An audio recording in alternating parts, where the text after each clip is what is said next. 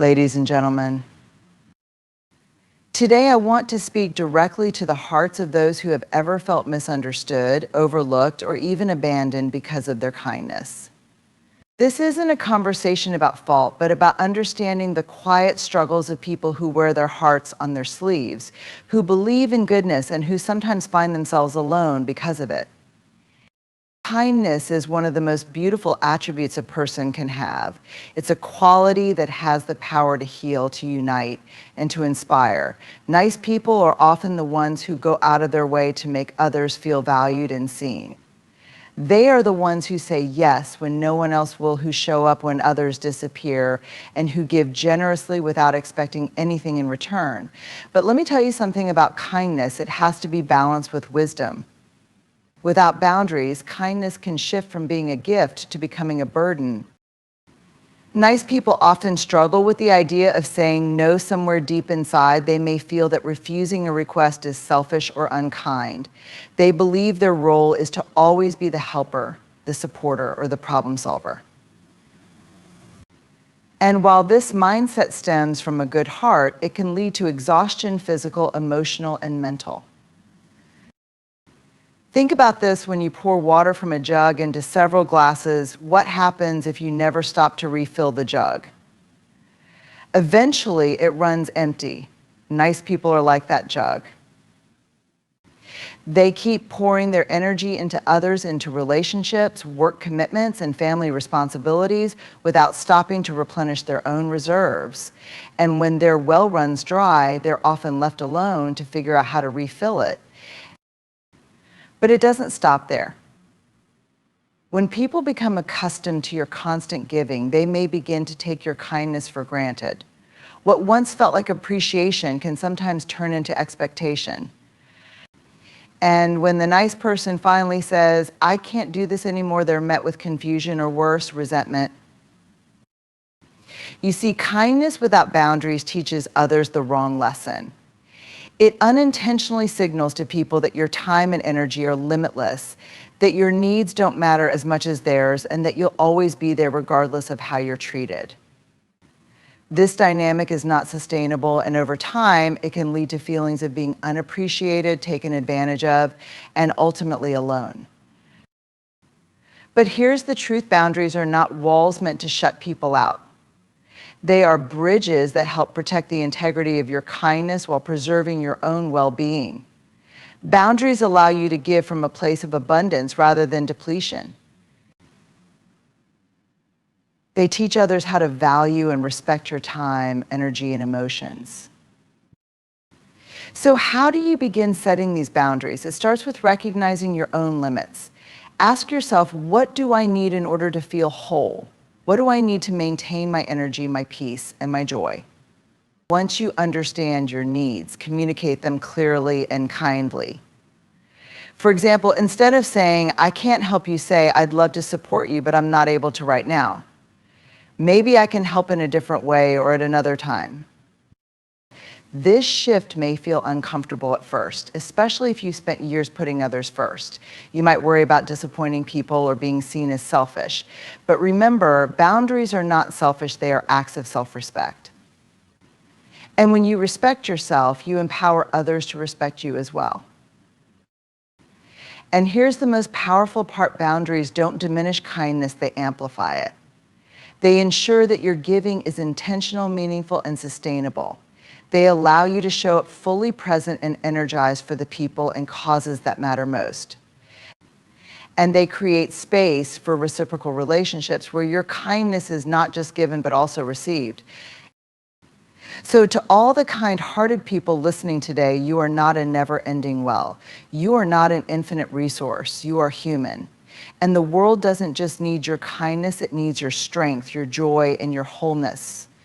Protect those things fiercely. Because when you do, your kindness will no longer feel like a burden. It will become a source of light that continues to shine for years to come. Authenticity is one of the rarest and most courageous qualities a person can possess. To live authentically is to embrace who you truly are, to speak your truth without apology, and to show up in the world without wearing a mask. Nice people often pride themselves on this openness. They're the ones who will tell you how they really feel, who will admit their vulnerabilities, and who will engage with you on a level that's genuine and heartfelt. But here's the paradox: while authenticity is a beautiful gift, it can sometimes make others uncomfortable.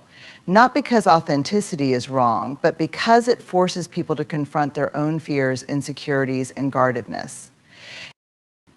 When you are authentic, you reflect something deeper, an invitation to honesty.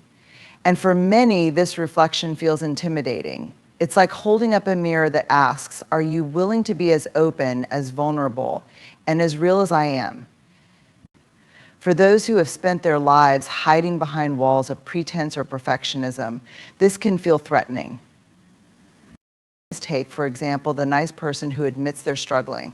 While some may see this as a courageous act, others might perceive it as weakness or oversharing, or consider the person who speaks their truth even when it's uncomfortable. Some will admire their honesty, but others might feel exposed, as though their own lack of transparency is suddenly on display. This discomfort can create distance. People who aren't ready to confront their own authenticity may shy away from those who live openly. They may avoid deep conversations, retreat into surface-level interactions, or even judge the authentic person as too much. And the kind-hearted, authentic individual may find themselves asking, why does my openness push people away when all I want is connection? But here's what we need to understand: the discomfort others feel around your authenticity is not your responsibility. It's not a sign that you need to change, hide, or tone down who you are. It's a reflection of where they are on their own journey. Being authentic is not about pleasing everyone, it's about staying true to yourself. It's about choosing integrity over approval, depth over convenience, and connection over pretense. It's about understanding that not everyone will be ready to meet you at your level of openness, and that's okay. At the same time, living authentically doesn't mean you have to bare your soul to everyone you meet. Authenticity is not about spilling your emotions recklessly or sharing your deepest thoughts with people who haven't earned your trust. It's about discerning when and with whom to share your truth. Ask yourself, does this person have the capacity to hold space for my vulnerability? Do they value authenticity as much as I do? When you surround yourself with people who honor and respect your openness, you'll find that your authenticity becomes a source of strength, not loneliness. And let's not forget the power of leading by example. Your authenticity, even when it makes others uncomfortable, is an invitation. It's an unspoken message that says it's safe to be real here. Over time, even those who initially pulled away may find the courage to step into their own authenticity because of the example you've set. So what's the lesson here? It's this: not everyone will understand your authenticity, and some may even resist it, but that doesn't mean you should dim your light or retreat into a version of yourself that feels safer or more palatable. The world needs people who are willing to be real, to speak truth, and to embrace imperfection. Your authenticity might make some people uncomfortable, but it will also inspire others to grow. It will attract those who value depth and honesty. And most importantly, it will allow you to live a life that feels true to who you are, a life where you don't have to sacrifice your integrity for the sake of acceptance. Remember, this authenticity is not just about how others perceive you, it's about how you perceive yourself. When you live authentically, you give yourself the gift of self-respect, self-compassion, and self-trust. And that is a gift worth protecting, no matter how uncomfortable it might make others. So keep showing up as you are, fully, unapologetically, and authentically. Because while not everyone will understand your authenticity, the ones who do will remind you why it's worth it. Overthinking is like a thief that silently creeps into your mind, stealing your peace, clarity, and ability to connect meaningfully with others. Nice people, often driven by their desire to do the right thing and avoid conflict, are especially prone to overthinking. They analyze every word they say, replay every interaction in their minds, and worry about how their actions might be perceived. While this stems from a place of care and thoughtfulness, it can unknowingly create distance in their relationships. Overthinking often begins with good intentions. You might wonder, did I say the right thing or did I upset them, without realizing that these questions may seem harmless at first, but they can spiral into endless loops of self-doubt and second-guessing. Instead of focusing on the present moment, you become consumed by an imagined narrative of how others might be feeling or what they might be thinking. This habit of overanalyzing can lead to unintended consequences. When you overthink, you hesitate. You second-guess yourself. You might delay responding to a message because you're unsure how to word it perfectly, or you might hold back from sharing your thoughts because you're afraid of being misunderstood. This hesitation can be misinterpreted by others as indifference, disinterest, or even avoidance. Overthinking also creates an invisible wall between you and the people you care about. Instead of engaging authentically, you're caught up in an internal dialogue, dissecting every detail of your interactions. This mental noise prevents you from being fully present, which is the foundation of meaningful connection. Let's not forget the emotional toll of overthinking. It often leads to unnecessary stress, anxiety, and feelings of inadequacy. You might start to believe that you're always saying the wrong thing or that you're not good enough to be loved and accepted as you are. This negative self-talk can become a self-fulfilling prophecy, causing you to withdraw even further and unintentionally isolating yourself. So how do you break free from the grip of overthinking? The first step is to recognize when it's happening. Pay attention to your inner dialogue and notice when your thoughts begin to spiral. Ask yourself, is this worry based on reality, or am I creating a story in my mind? Often, the scenarios we imagine are far worse than the truth. Next, practice self-compassion. Remind yourself that no one is perfect and relationships don't require perfection. People value authenticity far more than flawless execution. Instead of overanalyzing what you said or did, focus on the intention behind your actions. If your intentions were kind and genuine, that is enough. It's also important to communicate openly with others. If you're unsure about how someone feels, or if you think you may have hurt them, don't stew in uncertainty. Simply ask. A conversation can clear up misunderstandings much faster than hours of overthinking. For example, you might say, I've been thinking about our last conversation, and I hope I didn't say anything that upset you. If I did, please let me know. This kind of honest communication not only resolves doubts, but also strengthens trust in your relationships. Another powerful strategy is to focus on the present moment. Overthinking often pulls you into the past or the future, but connection happens in the here and now. Practice mindfulness by grounding yourself in the current moment. Pay attention to what's happening around you. Listen deeply when others speak, and engage with curiosity and openness. Finally, give yourself permission to let go. Not every interaction needs to be dissected. Not every relationship requires constant analysis. Trust that the people who care about you will see your heart, even if you stumble over your words or make a mistake. Trust that being yourself is enough. When you learn to quiet the noise of overthinking, you create space for connection. You allow yourself to show up as you are, unburdened by the weight of self-doubt. You give others the opportunity to see the real you, not the overanalyzed version of who you think you should be.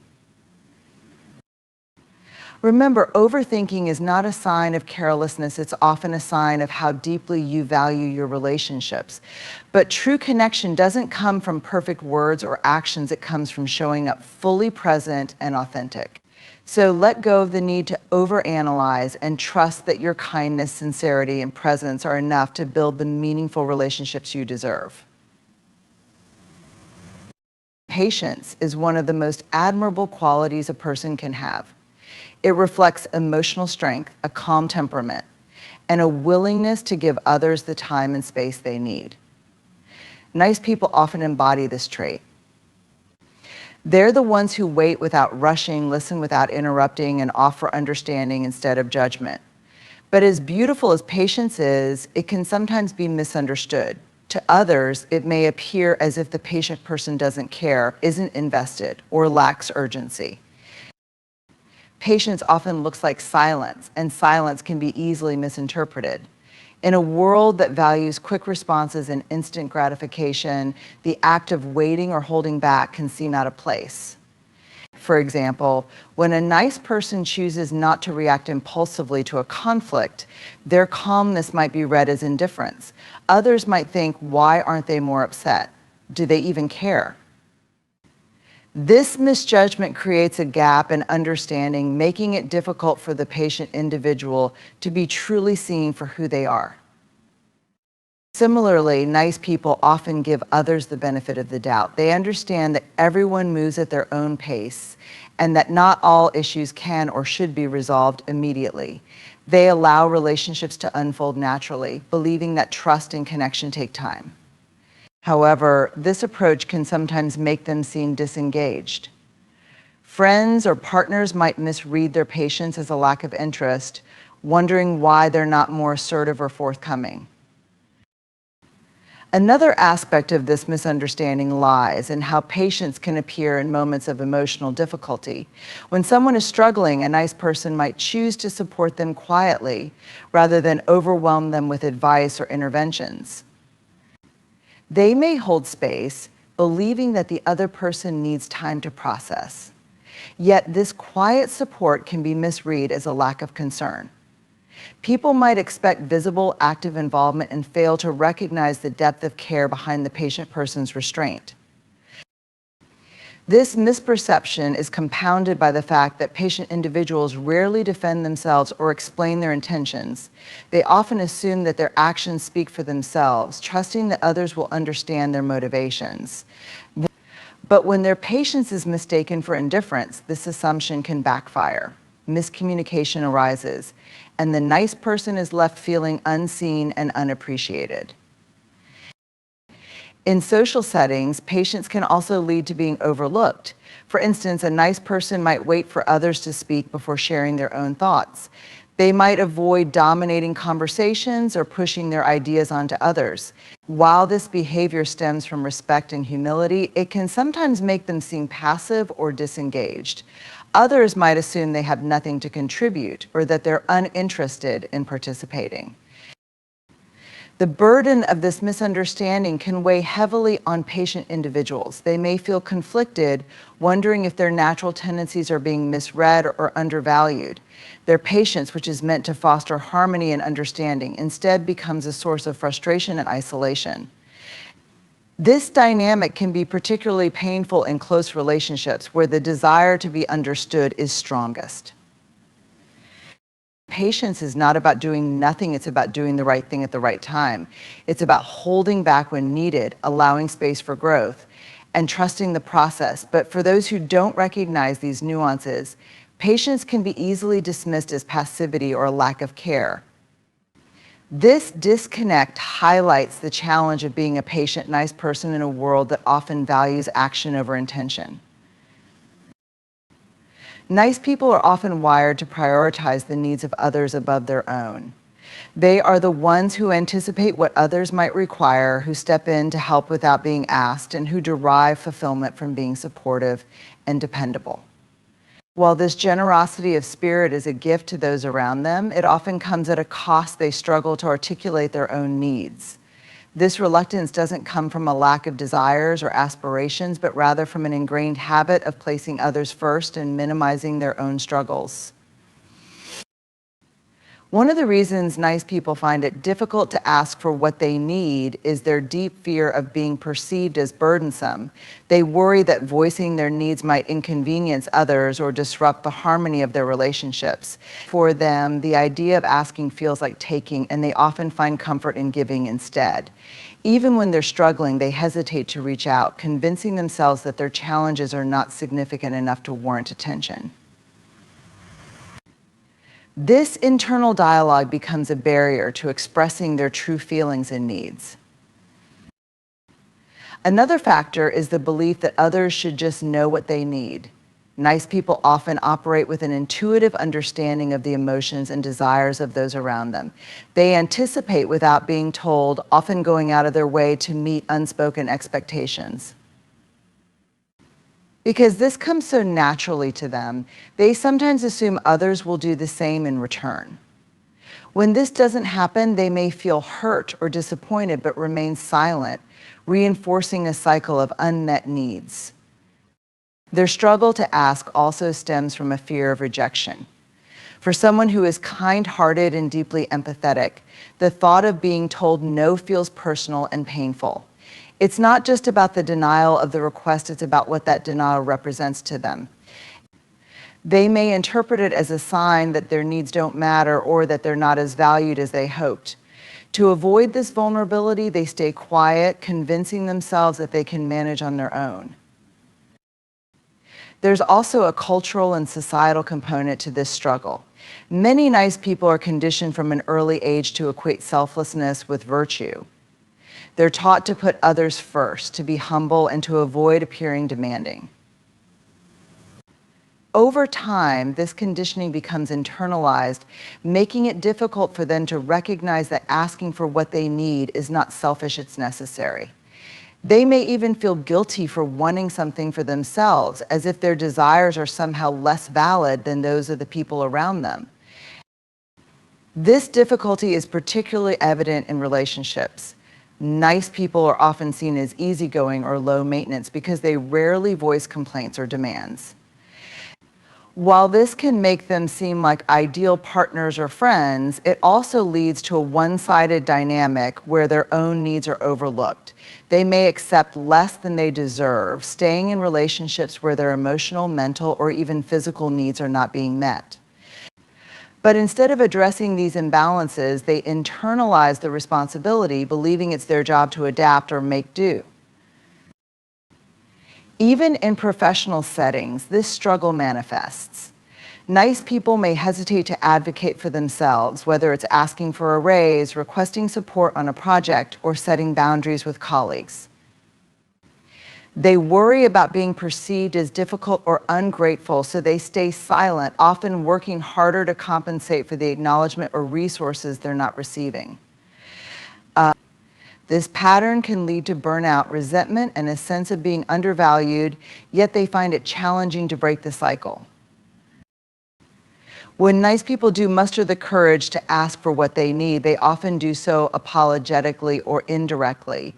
Instead of clearly stating their desires, they might downplay their requests, saying things like it's no big deal, or only if it's not too much trouble.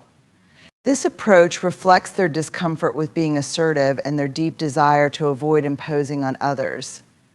Unfortunately, this lack of clarity can lead to misunderstandings, leaving their needs unmet and their frustration unspoken.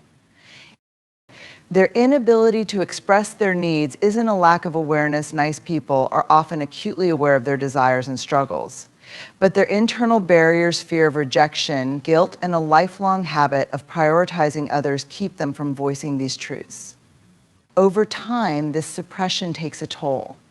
They may feel unseen, unappreciated, and even resentful, not because others don't care, but because they haven't allowed themselves to be fully known. In the end, the loneliness nice people experience is not a reflection of their worth, but a consequence of the unique challenges they face.